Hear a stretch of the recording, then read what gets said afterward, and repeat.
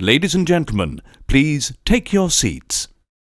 You know, sometimes it's all about the layers, and if you're within the sound of my voice, that must mean that you're in the seats with once more. As always, my name is Dave White, and I'm the host of this podcast, where we sit down with a wide-ranging variety of entertainment industry professionals, and we pick their brain about current projects, state of the industry, how they got started, and so very much more in a light and in a conversational fashion. You know, if you like how we do things around here, I'm going to assume that you do because you're listening. So please keep listening and subscribe. Hit the subscribe button, give us a 5-star rating on your podcast provider of choice. We're available pretty much everywhere. Things like Apple, Amazon, Spotify, Google, and plus we archive every single one of our episodes over at our In the Seats YouTube channel. So if you can give us a like and subscribe there as well, we'd absolutely appreciate it. Also, don't hesitate to check us out on social media. We're on the Facebook, the Twitter, the Instagram, Letterboxd, the TikTok, the Threads, the Blue Sky. We're everywhere. Right in the seats for all sorts of fun updates. And finally, and I do dare say most importantly, please pay us a visit over at In the Seats, intheseats.ca for all latest and greatest in the world of film, television, basically the moving image at large. Because guess what? If we love to watch it and write about it and talk about it, we love it all that much more when you come by and read about it and listen about it. So please do us that ultimate kindness, come on by and pay us a visit. On this episode, we're getting weird. We're getting wild with something that's, happened not all that long ago, but is still uncomfortably pretty near in our hearts. We're diving into the world of Eddington from the mind of Ari Aster, which is in theaters today. It's a modern Western set, a small town in New Mexico in May 2020, right when COVID was starting to become real and things kind of started to fall apart. And how we started to treat each other, and just how we all sort of acted and behaved, and just sort of the way society began to comport itself on a day-to-day basis, which got moderately unfortunate and also a little weird. And this is probably one of the more too soon but still really relevant movies that I've seen in quite some time, as Aster scares us with satire. It's terrifying because it happened, and it's you'll laugh but you cringe all at the same time. It really is a brilliant piece of work. Joaquin Phoenix, Emma Stone, a few other people star in it. It's a fantastic film. But we had the unique pleasure of talking with the costume designer of the film, one and only Anna Terrazas, about her involvement in the project and sort of getting on board with Ari's vision and sort of the subtleties of crafting a world which still kind of exists in many ways.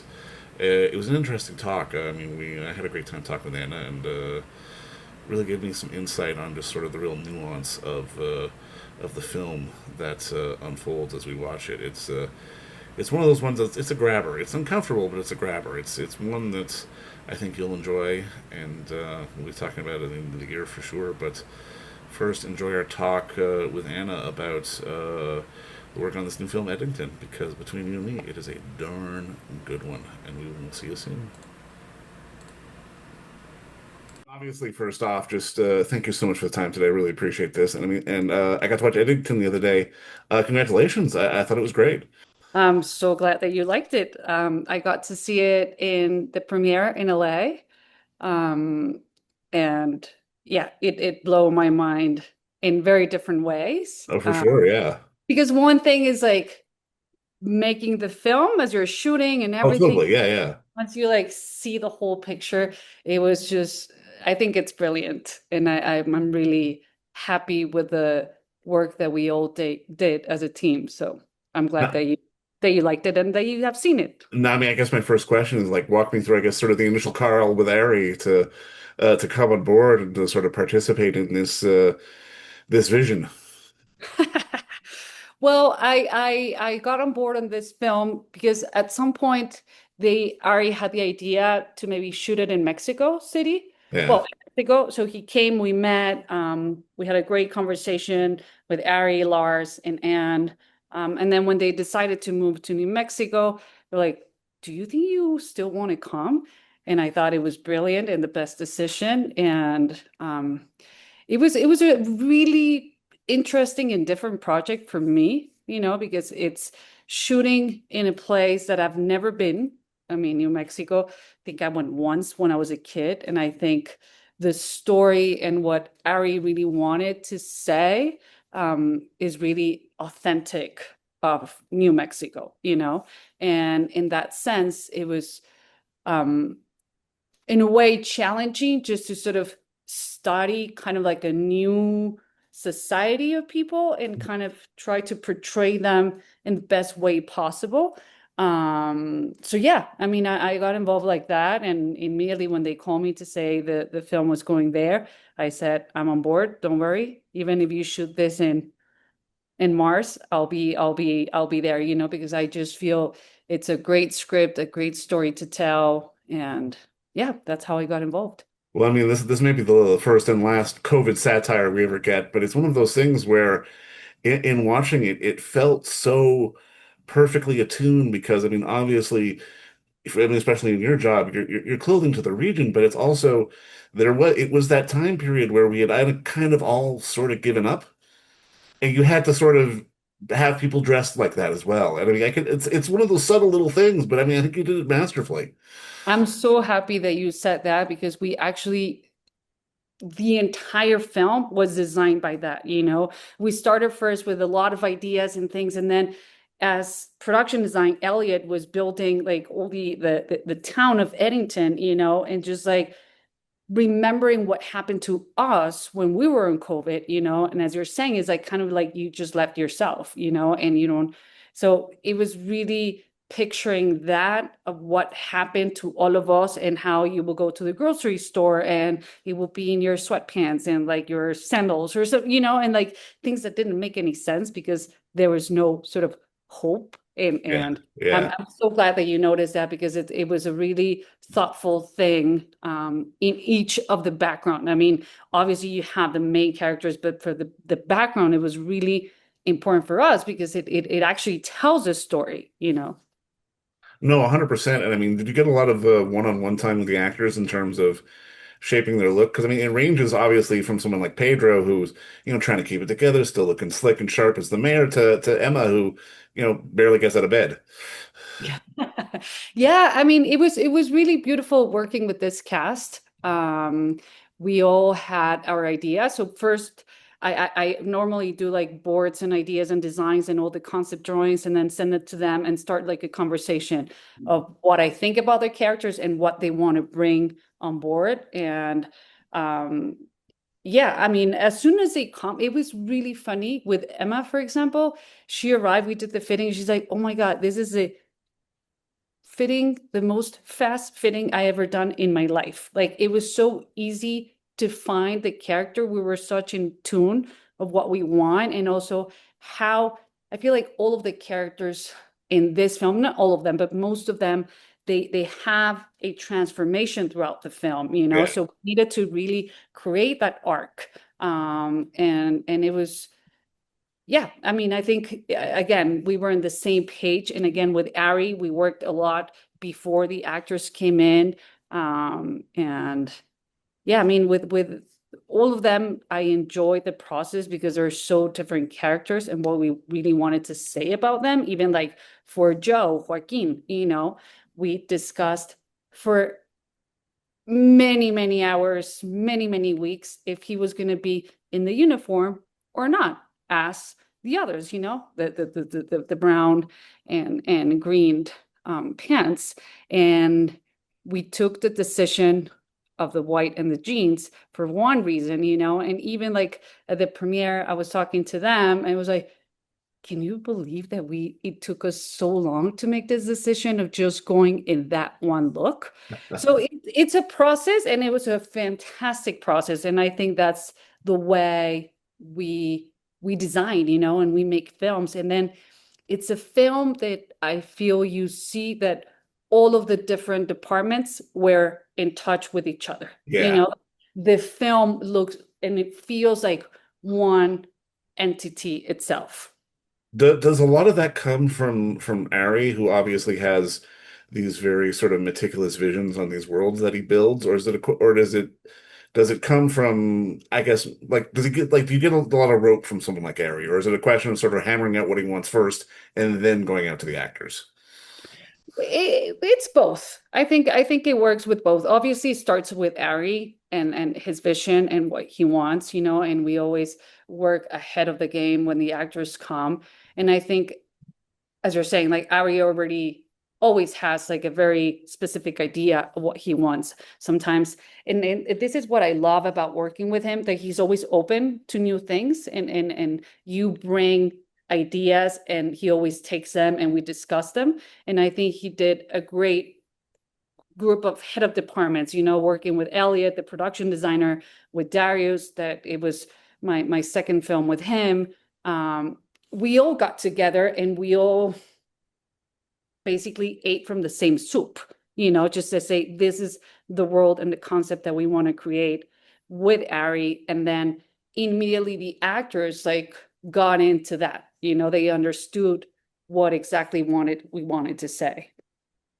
When it comes down to the sort of the nuts and bolts of your job, how much of it is like a one crafting stuff on the spot versus okay, I just saw an ad for the boots we want Joaquin to wear in the store down the street, go get them. Like, how do you balance those two? Yeah, I mean, it depends on which project, like for this one, it was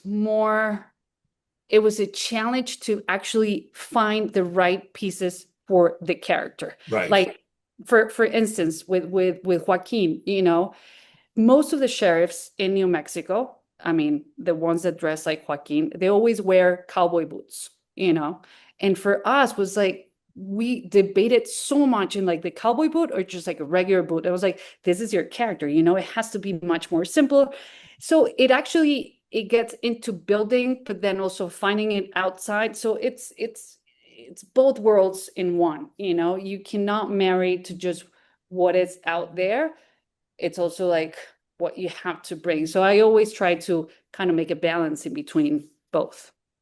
No, I mean, I'm curious because obviously, how does the job evolve for you? Because I mean, obviously, on something like this, it almost has to be a little dirty. But I mean, when you're working with Alejandro on something like Bardo or Roma, or Alfonso and Roma, you're getting these very sort of distinct, different looks. Like, how does the job change for you from set to set, or is it just a question of the filmmaker at the end of the day? No, I think it's like once you start getting into the project and read the project and also get to know the director, of course, and what he wants, and then how I envision the film, and yeah, I mean there were like so different aesthetics from Roma, I mean from Bardo, it's like the opposite of it. And even though they're both Mexican directors, but what we both felt for the script, it was just like a working process with them, and here with Ari, immediately we knew that we wanted that sort of, I wouldn't say like dirty, but like the Shivo look, because it's Yeah. COVID again, and that was also very interesting. It was one of the first films that I have done. We built things, but we also found a lot of the stuff in thrift stores, Mm. because that's Albuquerque, and people leave like that, and they're the most fantastic thrift stores that you ever seen. Like, uh, I'm sure I was never going to be able to find those in a regular store, because it's the essence of the people and how they dress, and it has passed through body to body, and it gets hung in a thrift store impeccable, obviously then we work and distress and make all that thing, but I feel like this film, we couldn't have done it anywhere else, it has that essence of what I end up living when I stay in Albuquerque for 6 months, and then I was like, okay, this is it. And so I feel like every film, as you start working, it kind of like finds as a river, its own way to the ocean, Because I mean, basically. in many ways, you do have to match the visual aesthetic. Because I mean, I can imagine there's no sort of formula for that sort of slightly worn, slightly sun-faded kind of look, which the entire film of Eddington has. Yeah. Yeah. It was a huge process on that, because again, like you will find the pieces, but then sometimes the color didn't work. So we have to work with an amazing team. She's from Albuquerque, doing the distressing, bringing down the colors, adding the dirt, and just like to achieve that, it takes a long time, you know, and sometimes you see it on the screen. And that's what I also like about Eddington, is that I feel like you don't see the costumes, you know, because they're just there. And that's what I think it's the biggest challenge, that you get the spectator just to go into the film and there's nothing of a costume to say, ugh, what is that? You know, it just like feels so into, um, yeah, everything seems tight together. It feels like that's almost one spectrum of the creative payoff for you. Because I can imagine on one end, to have audiences, like you say, not necessarily notice the costumes is a creative win. Also, on the other spectrum, it's like if you're crafting these big elaborate things for, say, sort of some sort of sci-fi operatic piece, then that's another creative win on the other spectrum of it all. Yeah, completely. And again, that's what I'm saying. Like, it depends on the project that you're doing, you know, like for instance, for Bardo, because yes, o sea, we created every different atmosphere, you know, we created a color palette for every atmosphere.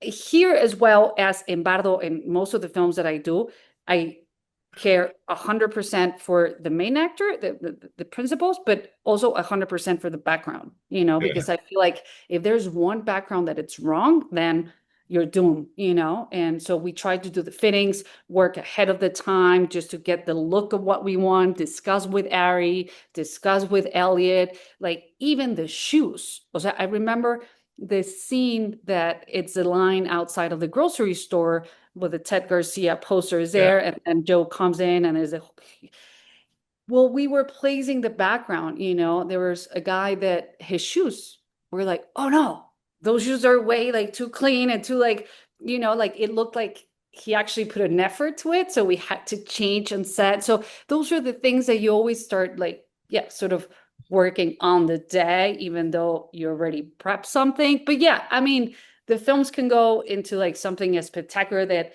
it's a costume that you need to notice, or something that is just part of the film. So we always have a challenge in that sense. What's more creatively satisfying for you? Is it the clean lines or is it sort of adding the dirt that we don't notice? I think it's adding the dirt that we don't notice. I love Yeah. that. I love I that. mean, it's just for me, I think designing, it's always thinking about who is this character? Mm. Where is it coming from? What is going to be his future? Where does it live? Where does he sit? What does he eat? You know what I mean? And it's just like to make these characters real, you know, that you can identify without even notice why are you identifying with him, you know, or her. So yeah, I think that's a challenge, and that's what I yeah, that I love doing the most. Do the, I mean, this might be a loaded question, but I mean, I'm curious. Do the constraints, how much do the constraints of budget affect you? Because I mean, I can imagine on like, say an HBO show like The Deuce, or an Apple TV show, you've maybe got a little bit more wiggle room than you would say working on an independent film.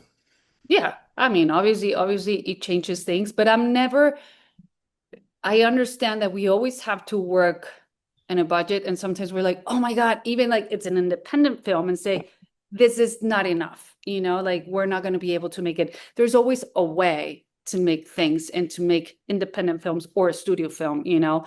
And I do feel, again, it's about bringing and being together and making a concept. Because I mean, as you can imagine, yes, Ari A24, we didn't have the same budget as we had on the Deuce, you know, and you Right. need to be creative and you need to be open-minded. And we also need to notice where we're living and what's happening in the world right now, you know, that it's upside down. So it's always like bringing ourselves down to earth, because sometimes it's like, oh yeah, I would like to have more, but do I really need it?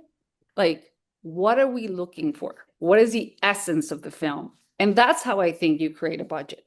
Love it. Love it. And I mean, just to start putting a bow on this, I got to ask, what got you into costume design? What got you into sort of this area of film and TV?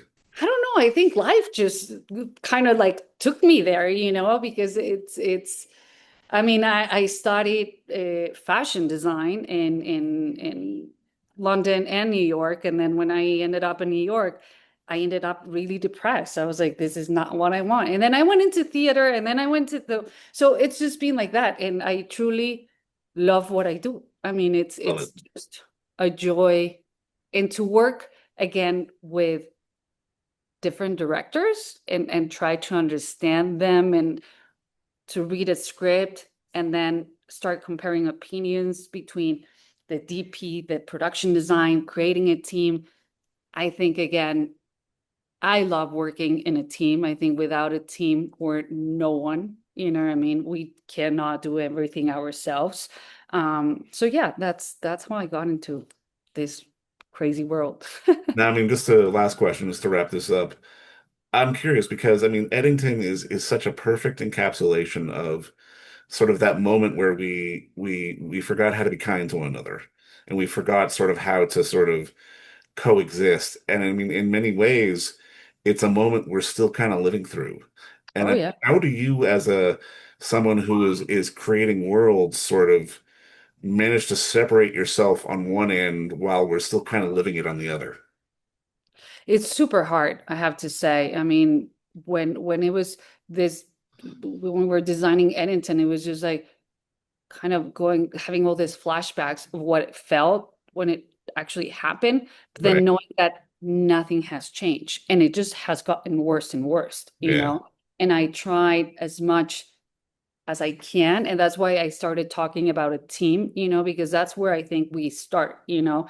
We need to just be kind to each other and in the film as well. O sea, for me, everybody is the same, you know what I mean? For the background that it's all the way in the back, for the main actor, like just treat everybody themselves like with love and respect. And I feel like that you can see in the film, you know, because there is an harmony that as much as tiny as it is, I think you can share that in a way to the surrounding that we have. But we are living in crazy times. And I just want to say to you, please be kind to each other. Please, let's go back to us humans, help the other. Don't yell, think it twice Yeah. before Amen to that. the Yeah. ego that we live in, the cell phones and the media. I mean, it's just bunkers to I mean, me. and that's the squirmy genius of Ari and Eddington. It's this film is almost happening too soon, but it's like it's just that hair of separation that we can look back on it and go, yeah, that's still happening. We're still living it. This was the moment where this is the moment where it went wrong.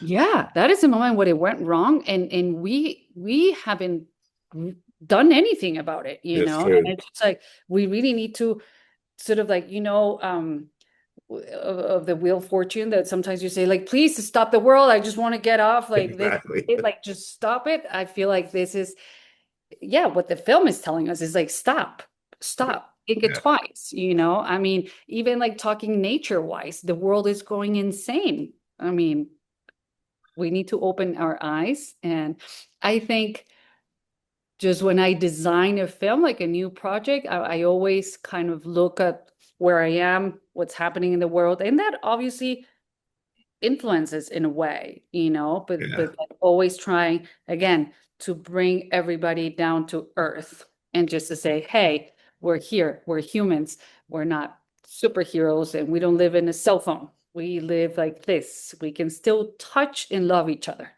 Very true. And I mean, in so many ways, this is Ari's almost is it really his most grounded film.